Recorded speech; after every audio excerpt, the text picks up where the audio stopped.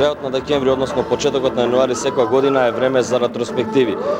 Покрај досија, значи изборот 95-та година, уште еден медиум од Скопје, медиум кој нам ни е многу близок, бареме во доменот на интересирањата на она што го работи досие, се работи за музичкото радио Канал 103, вршеше еден вид избор на албум на годината во малку по-глобални рамки, значи во светски размери, но сепак доста интересно и да слушнеме размислување на еден од организаторите на овој избор, Костадин Шурбановски, работен во музичкото радио Канал 103 за целите на овој избор, зошто после една година пауза повторно се актуализира овој избор на музичкото радио Канал 103 и плановите на самото радио. Да слушнеме изјавите, односно мислењето на Костадин Шурбановски.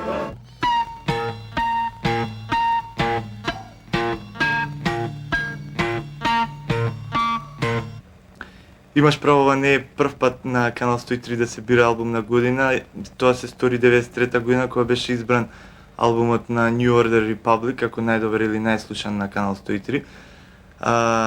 Што се однесува до целите на овој избор и намерите, тоа беше да се опипа пулсот и да се види музичкото расположение кај соработниците, односно кај луѓето кои што работат во ова радио. Тоа значи дека албум на годината избира соработниците или слушателите? Избира соработниците од една страна, избира и слушателите од друга страна. Значи, постоја на некој начин два избора.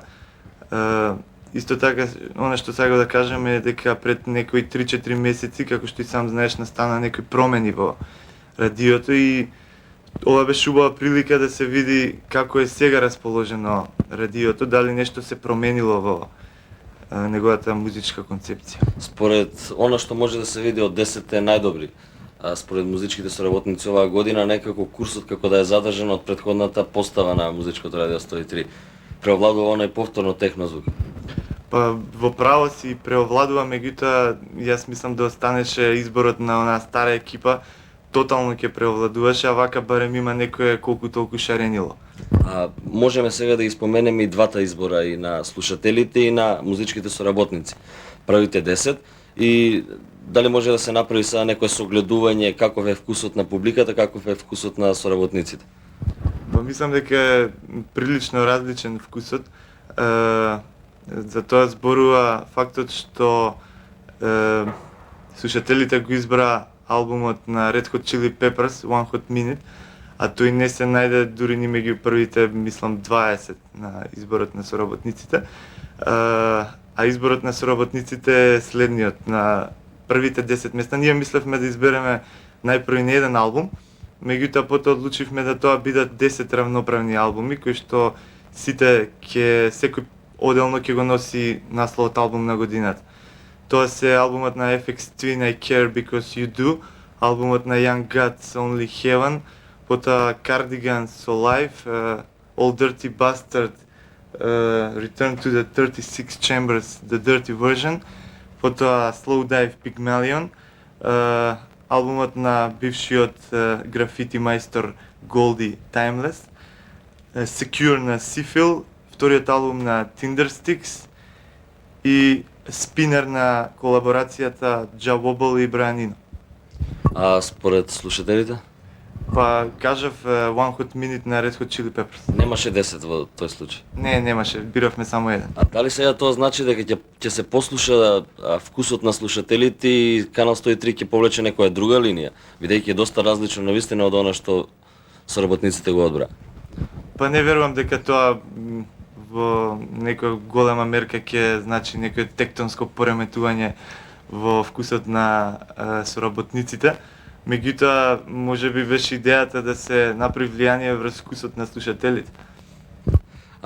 Приметливо е дека меѓу овие 10 и останатите 20 не се наоѓа, или поточно се наоѓа само еден албум произведен во Македонија. Да, музичките соработници на Канал 103 мислат дека македонските албуми оваа година не заслужија да се најдат меѓу првите 30. Единствен албум кој што тие го одбра е албумот на Xavier Acid Extravaganza, што доволно говори за владеачката концепција музичка во радиото.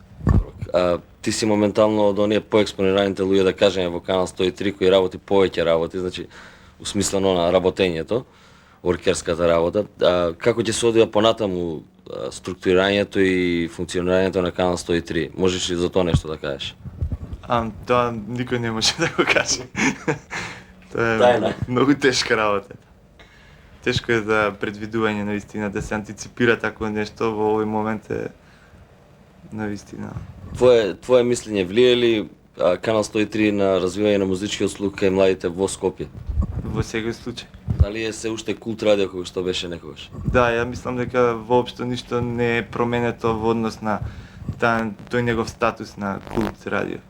Продолжува ли понатамо поконтинуирано да се следи овој избор на албум на годината 95-та, веќе влегуваме во 96-та година, да се вршат, постои ли некоја можност да се вршат избори на албум секој месец, па многу полесно да биде кон крајот на годината од 12 да се избира најдобриот? Да, тоа е одлична идеја, меѓутоа јас како човек што се зафатив се тоа да го изорганизирам, сватив дека е тоа многу тешко да се направи на една година, камоли на секој месец, бидејќи постоја некои отпори кај соработниците, што сега ние ќе бираме албум на година, како да не му текнало на шурбе нешто таму. И меѓутоа се на крајот на криштата се изведе окей и мислам дека тоа албум на месецот нема шанси. Инаку тоа е одлична идеја. Според тебе, албум на годината во Македонија? Во Македонија, па не знам се. Не сум слушнал албум кој што би ме одушевил, единствено можеби Our Sound Project, односно Нашинскиот звук компилацијата од повеќе млади македонски бендови.